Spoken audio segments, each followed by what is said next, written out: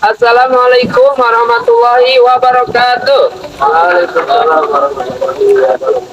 Saya Haris Agustina, sebelah kanan saya Haris Ridwana, sebelah kiri saya Ismail Ramadan. kami guru-guru SD Plus 3 Al-Muhajirin akan berdiskusi tentang strategi PPDB penerimaan peserta didik baru di SD Plus 3 Al-Muhajirin. Berita yang sudah menjadi rahasia umum, terutama banyak sindiran dari guru-guru TK. Kata mereka, enak sekali guru SD sekarang, siswa barunya yang masuk sudah lancar membaca, sudah lancar menulis, sudah lancar berhitung. Ya, sedangkan membaca dan menulis berhitung itu ada di sekolah dasar di SD, ya, atau madrasah ibtidaiyah. Jadi kita akan berdiskusi tentang strategi PPDB di SD Plus 3 Al-Muhajirin. Nah, menurut Uswatun gimana? Apakah melalui PPDB, ya, kita dapat mengenal kebutuhan peserta didik? Jadi kalau di SD Plus 3 Al-Muhajirin itu namanya orientasi kesiapan belajar. Menurut Tahun gimana? Dengan adanya PPDB itu sangat membantu anak-anak untuk lebih mengenal dua lingkup sekolah yang akan dia tempati nanti. Itu. Pertanyaan yang sama kepada Pak Haris Hayu Anam, apakah melalui PPDB kita SD Plus 3 Al-Muhajirin dapat mengenal kebutuhan peserta didik? Melalui PPDB ini sehingga guru dapat melakukan satu keputusan untuk menyusun strategi mengajar ke depannya, sehingga anak-anak dapat belajar sesuai dengan itu. Jadi untuk mengenal potensi dasar yang dimiliki oleh siswa. Ada sekolah-sekolah yang PPDB-nya ini seperti menyeleksi siswa dengan membaca, menulis, berhitung. Bahkan kalau udah sampai kuotanya banyak, maka yang dipilih ada yang lancar baca, menulis, dan berhitung. Jadi yang tidak lancar membaca, yang tidak bisa membaca, menulis, berhitung, maka akan tersingkirkan. Dia tidak bisa meneruskan sekolah di kelas di sekolah favoritnya. Nah, menurut Taus gimana?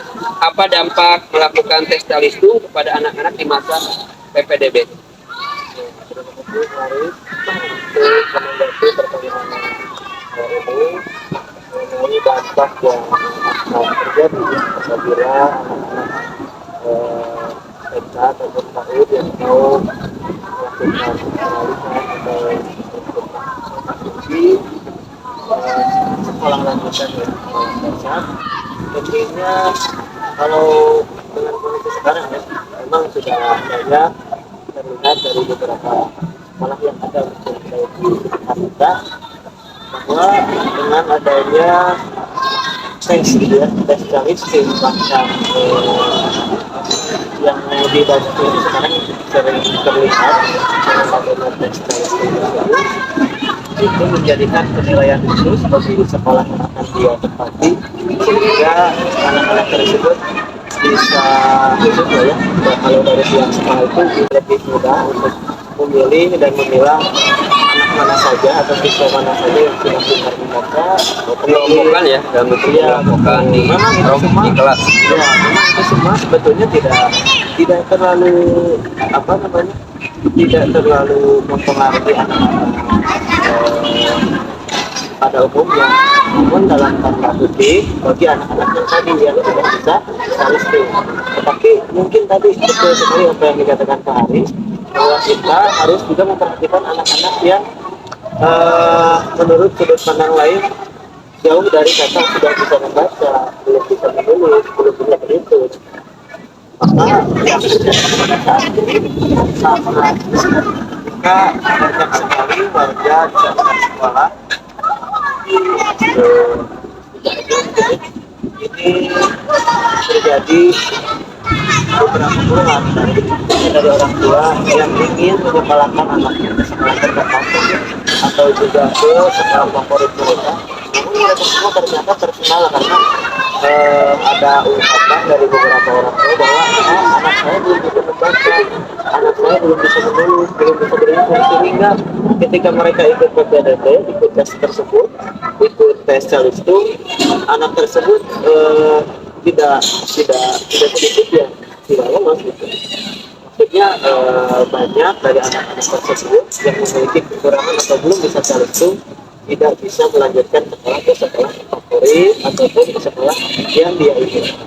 Tentunya ini menjadi kesenjangan sosial ya, karena dengan adanya hal tersebut jadi sekolah yang harusnya merata untuk menaungi mewadahi semua anak yang ada di wilayah sekitar sekolah itu ya, yang ada di Purwakarta ataupun di wilayah yang lainnya, ini menjadi menjadi tidak seimbang, karena akan terjadi ke depannya satu sekolah tersebut atau satu kelas tersebut yang notabene anaknya memiliki kemampuan yang di atas rata-rata atau tidak bisa itu.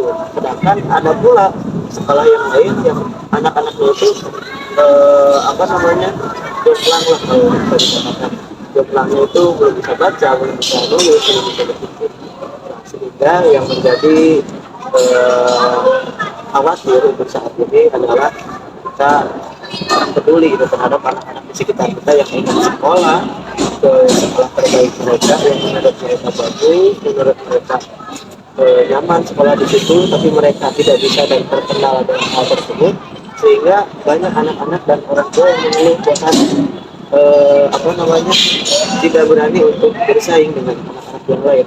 Padahal tadi kalau balik lagi ke konsep dasar bahwa anak-anak sebetulnya memang diajarkan kalau itu contohnya itu atau mungkin waktu yang tepatnya itu di sekolah, walaupun mungkin udah ada yang belajar dari TK itu, cuma memang menanggapi hal itu ternyata anak-anak tersebut jadi kesulitan untuk bisa masuk ke sekolah dasar yang dia inginkan atau dia mau.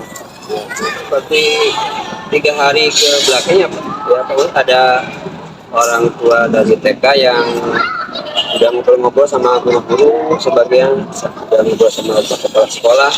Pak, kira-kira anak saya diterima nggak ya? Jadi udah seperti itu. Ya mungkin seperti itu karena ada anaknya membaca, menulis, berlancar, belum waktunya di TK ya. Nah, pertanyaan yang sama pada Pak Haris Anam, apa dampak melakukan tes calistung kepada anak di masa PPDB? Jadi poinnya yang pertama, datang ke sekolah itu perlu bimbingan, sehingga justru di sekolah dasar lah diajarkannya membaca, menulis, begitu. Jadi kurang efektif terhadap masyarakat sistem di sekolah dasar. Justru di sekolah dasar lah mulai diajarkannya. Jadi SD kelas 3 siap menerima siswa dengan berbagai latar belakang apapun ya.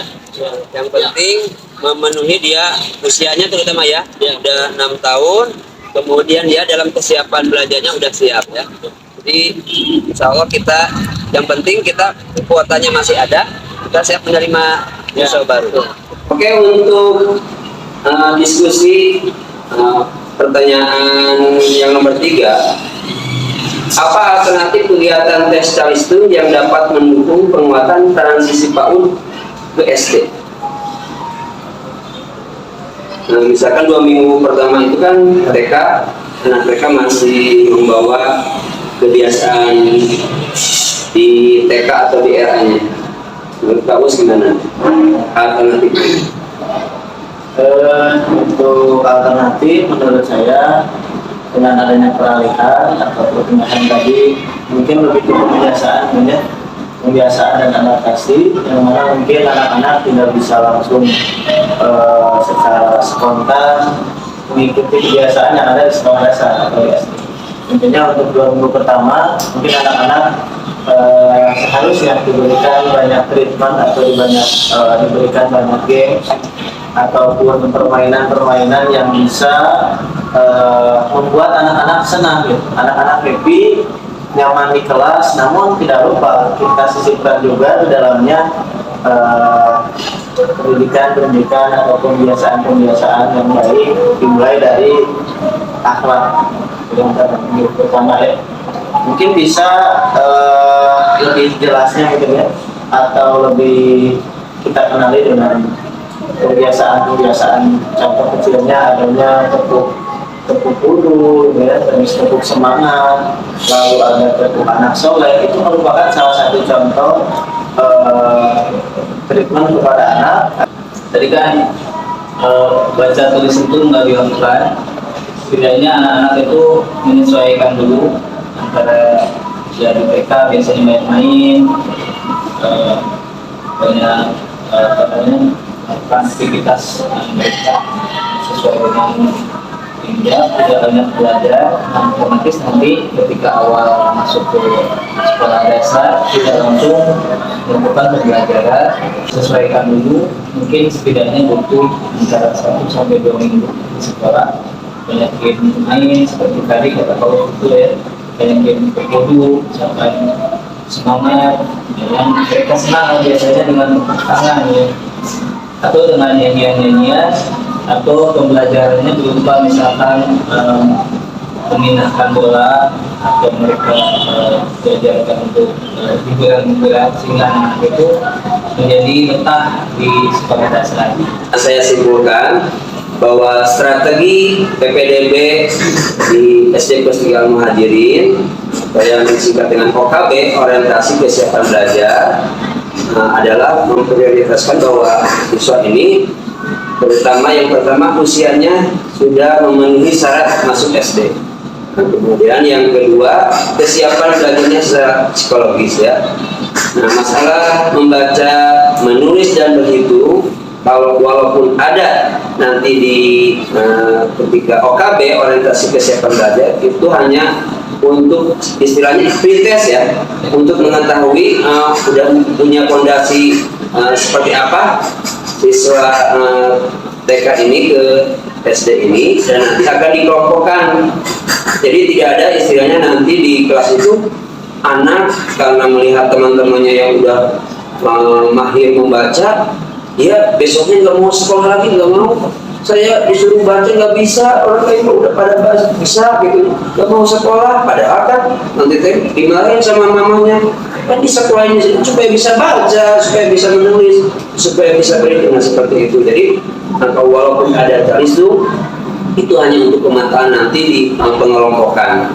Kemudian alternatif tadi karena transisi dari TK atau RA ke SD, maka langkah yang kita lakukan di SD Kelas 3 Al-Muhajirin ini 2 minggu pertama yaitu mengenali lingkungan sekolah di sini.